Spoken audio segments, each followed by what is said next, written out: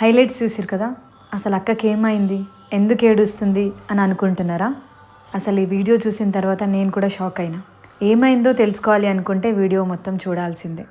నేను అనుకున్నట్టుగానే అమ్మవారికి అంగరంగ వైభవంగా బోనం సమర్పిద్దామనేసి అనుకున్నా.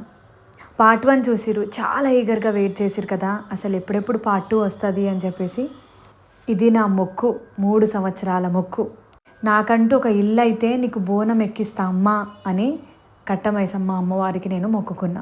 3 years తర్వాత నా మొక్కు నెరవేరింది. ఏదైనా సరే మనం మొక్కినామంటే కొంచెం లేట్ అవ్వచ్చు, కానీ దేవుళ్ళు మనకెప్పుడు అన్యాయం చేయరు. అది కూడా మనం చేసే పనులలో న్యాయం అనేది ఉండాలి. ఏమంటారు? ఇంకా ఇక్కడ అంత ప్రాసెస్ అంతా చేస్తుంది ఈ అక్క పేరు రమాదేవి. తను ఒక శివశక్తి.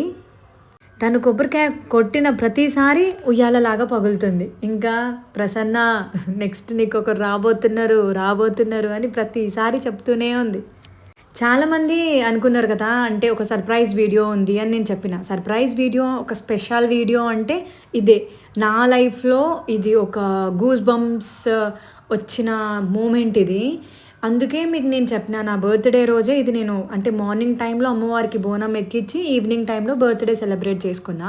స్పెషల్ వీడియో అని చెప్పిన, కానీ చాలామంది నేను ప్రెగ్నెన్సీ రివీల్ చేస్తుందేమో అక్క అని మీరే అనుకున్నారు.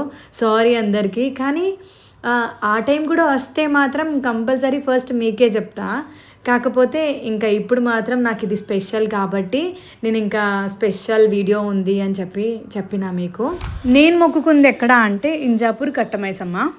ఇప్పుడు నేనున్న ఏరియా నుంచి ఇంజాపూర్ అనే ఊరు కొంచెం అంటే ఒక 3-4 kilometers దూరంలో ఉంటుంది అది. అందుకే మేము కార్లో వెళ్తున్నాం.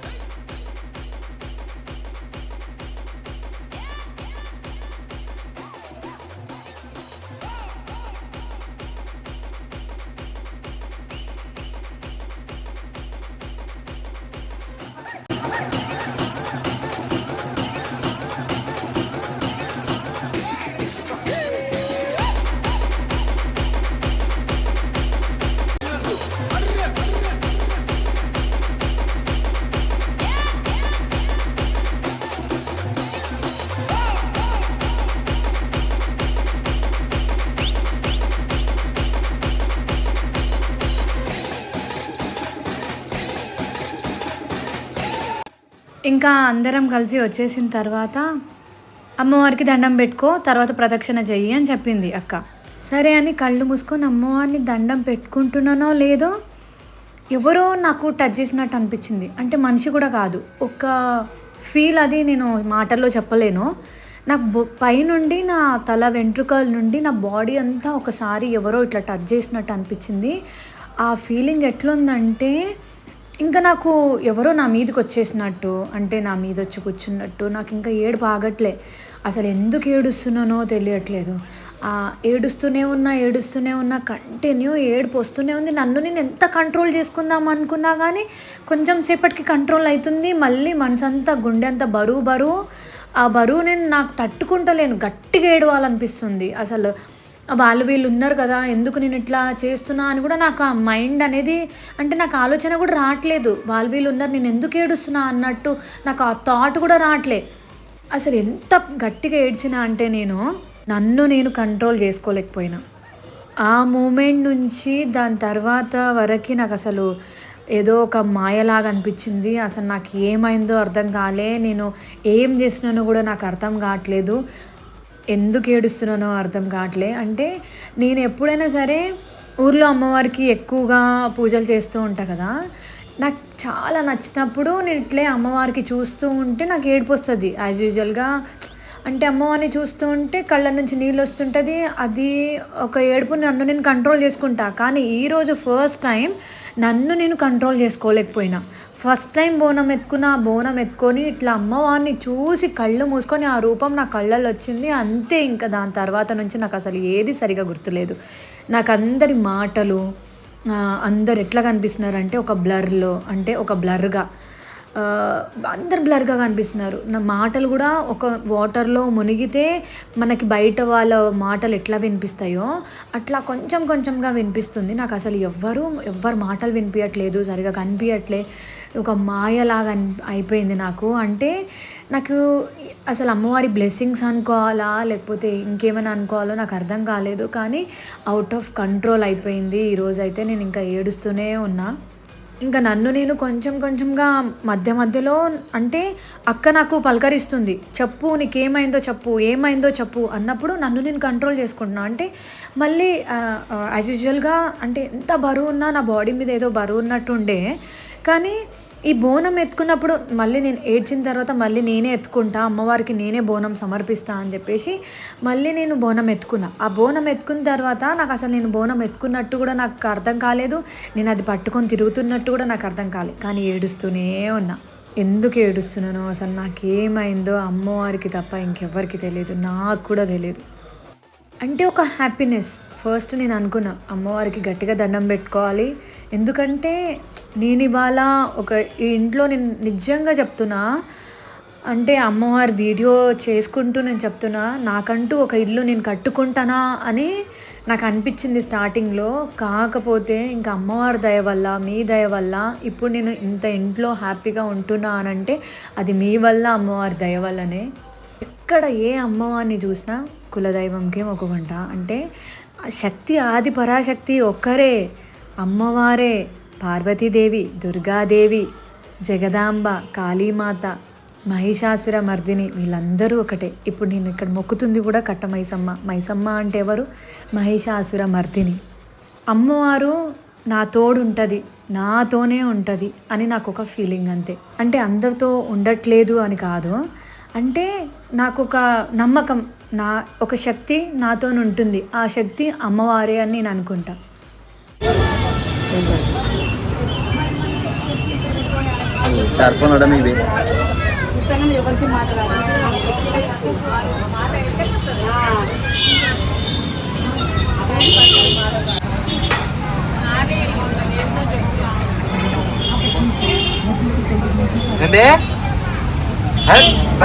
గట్టిగా రానన్నా రావాలి. మేమైతే బాగానే ఏడుస్తున్నాం అనుకుంటున్నాం, బాగానే ఏడుస్తుంది అనుకుంటున్నాం, బాగుంది ఏడుస్తుంది అనుకుంటున్నాం.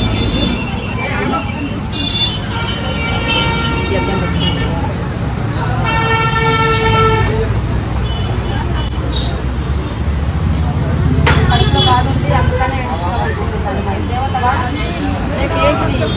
ఏం మర్చిపోయినావు చెప్పు. బాగేందో చెప్పు.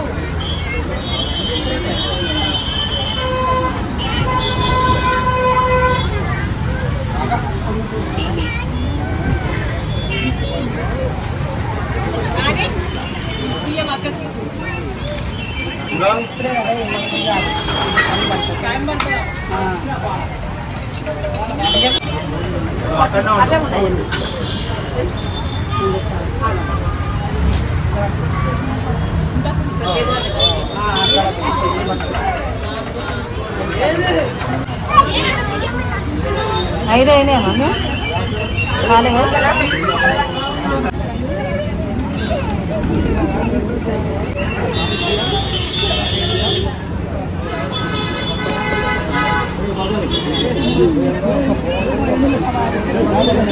వీళ్ళన్నీ పోయింది. వీళ్ళంతా మా ఫ్యామిలీకి కూడా అర్థం కాలే అసలు ఏంది ఇది, ఎందుకు ఏడుస్తుంది, ఏమైంది. వాళ్ళు కూడా షాక్లోనే ఉన్నారు. నేను ఏడుస్తుంటే వాళ్ళు కూడా ఏడవడం స్టార్ట్ చేసేసారు. మేము చాలా అనుకున్నాం అసలు, కానీ అక్కడికి వెళ్ళింది ఒకలాగుంది. అంటే మొత్తం అంతా చేంజ్ అయిపోయింది. ఇంకా వెళ్ళిన తర్వాత మేము అనుకున్నది ఒకటి, అయ్యింది ఒకటి. అందరూ షాక్లోనే ఉన్నారు. అసలు నిజానికి లోపలికి ఎవరికి పంపించట్లేదు. అంటే ఇంకా అందరూ బోనం ఎక్కిస్తున్నారు కదా, అక్కడ నేను ఒక్కదాన్నే ఇట్లా ఇంత గట్టిగా ఏడుస్తున్నానంట. అసలు నేను ఏడుస్తున్న వాళ్ళందరూ నన్ను ఇట్లా చూస్తుర్రు అని కూడా నాకు ఏం అంటే తెలవదు. అమ్మవారి దగ్గరికెళ్ళి ఇట్లా ఏడుస్తుంది కూడా ఎందుకు ఇట్లా అవుట్ ఆఫ్ కంట్రోల్ అయిపోయిందో కూడా నాకు అర్థం కాలే. నేను ఒక్కటే నమ్ముతా, మనం ఎవరికీ అన్యాయం చేయం కాబట్టి మనతోనే అమ్మవారు అంటే దైవశక్తి కంపల్సరీ మనతోనే ఉంటుంది అని నాకు ఒక నమ్మకం అంతే. ఇక్కడ అమ్మవారు చాలా పవర్ఫుల్.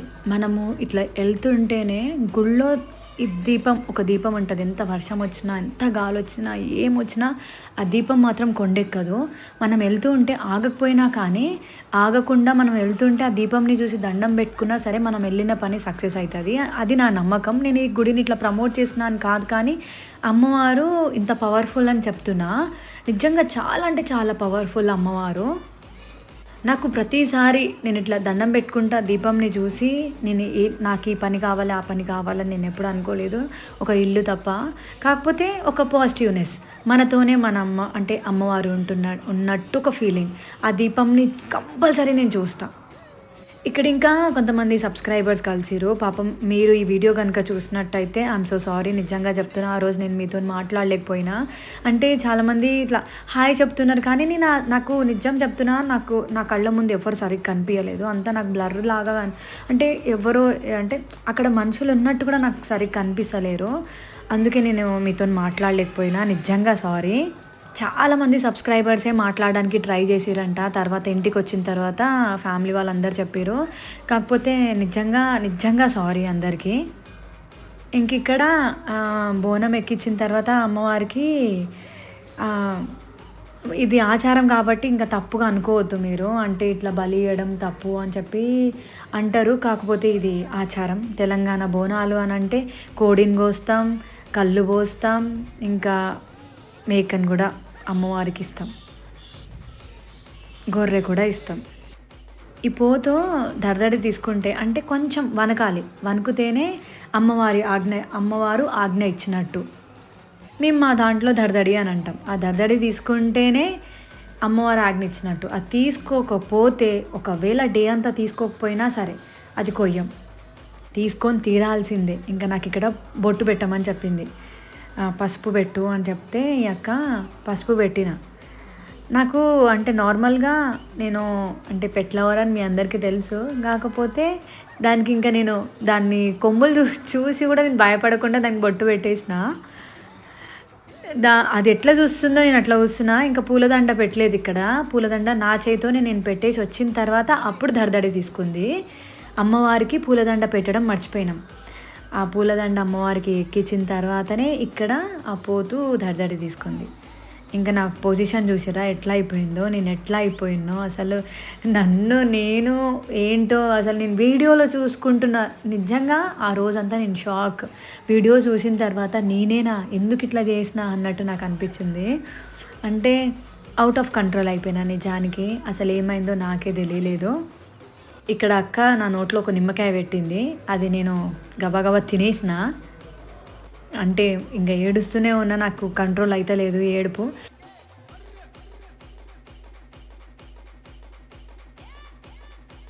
దగ్గరికి వచ్చి గట్టిగా మాట్లాడితే అప్పుడు ఓకే నేను ఉన్నా అన్నట్టు అనిపిస్తుంది. దాని తర్వాత ఒక మాయ, ఒక ఏదో నాకు అసలు ఏం అర్థం కావట్లేదు. అసలు నేను చెప్తున్నా కదా, నాకు ఎట్లా ఎక్స్ప్లెయిన్ చేయాలో కూడా నాకు అర్థం కావట్లేదు. మా ఇంట్లో వాళ్ళకి కూడా, మా పిన్ని వాళ్ళకి, మమ్మీ వాళ్ళకి ఏం అర్థం కావట్లే. అంటే ఫస్ట్ టైం కదా ఇట్లా నేను, అంటే ఫస్ట్ టైం బోనం ఎక్కిస్తున్నా అమ్మవారికి, ఫస్ట్ టైం నేను ఇట్లా బిహేవ్ చేస్తున్నా. అసలు ఏమైంది, ఎందుకు ఇట్లా చేస్తుంది, అసలు ఎవరికి ఏం అర్థమవుతలే. అక్కకు కూడా ఏం అర్థమవుతలే ఎందుకు ఇట్లా చేస్తుంది ప్రసన్న అని. అక్క కూడా అట్లే అనుకుంటుంది.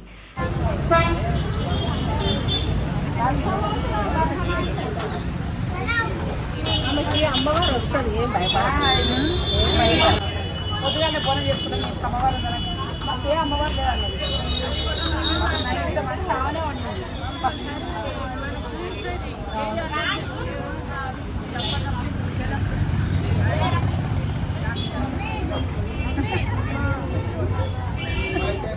టెన్షన్ వాడదు.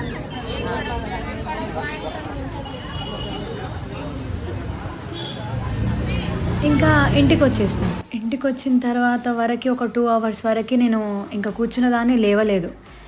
నా అంటే ఏమైంది, ఏమవుతుంది, ఏంది అనేది కూడా నాకు బాడీ కోఆపరేట్ చేయలే. తర్వాత ఒక అంటే 4-5 ఓ క్లాక్ అట్లా నాకు అంటే ఎవరు అన్నం తినొద్దు.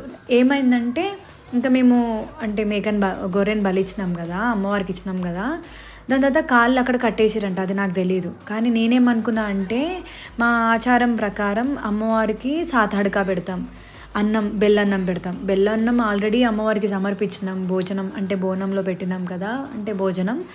ఇంకా సాతాడుకా అంటే 7 బొక్కలు పీకి బోటి అంటాం. ఇది నేను ముందు నుంచి అనుకుంటున్నా అమ్మవారికి నైవేద్యంగా పెట్టాలి అని చెప్పి.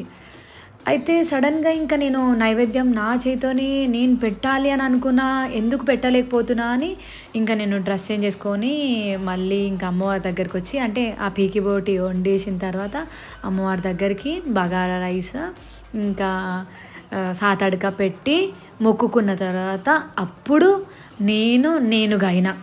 ఈ గుళ్ళో ఉన్న ఒక అమ్మ ఇప్పుడు నవ్వుతున్నావమ్మా అని చెప్పింది. అంటే అసలు ఏ రకంగా నన్ను ఎట్లా చూసింది తను అనేసి అనిపించింది నాకు. అంటే నేను నవ్వుతుంటే ఆమెకి హ్యాపీ అనిపించింది, తను కూడా నవ్వింది. ఇంకా నవ్వుకుంటూ అమ్మవారికి నైవేద్యం పెట్టిన తర్వాత అప్పుడు నా బాడీ కొంచెం రిలీఫ్ అయింది. అక్క వచ్చినందుకే బోనాలు ఇంత సక్సెస్ఫుల్గా అయింది. నా దాంట్లో ఎప్పుడైనా నేర్చేదాన్ని కానీ ఇంత గూస్ బంప్స్ వచ్చి నాకు నేనే మర్చిపోయి అసలు ఏమైందో నాకు తెలియదు. మొత్తం అక్క చేయడం వల్లనే బోనం మీద బోనం నిజంగా అంటే మోయనో అనుకున్నా కానీ ఎట్లా ప్రదక్షిణ చేసిందో ఏం చేసిందో నాకు తెలియదు. మొత్తం అక్క వల్ల అమ్మవారి దయ వల్లనే మొత్తం అంతా అయ్యింది. మంచిగా సక్సెస్ఫుల్గా కంప్లీట్ అయ్యింది అంటే రీజన్ అక్కనే. థ్యాంక్ యూ అక్క.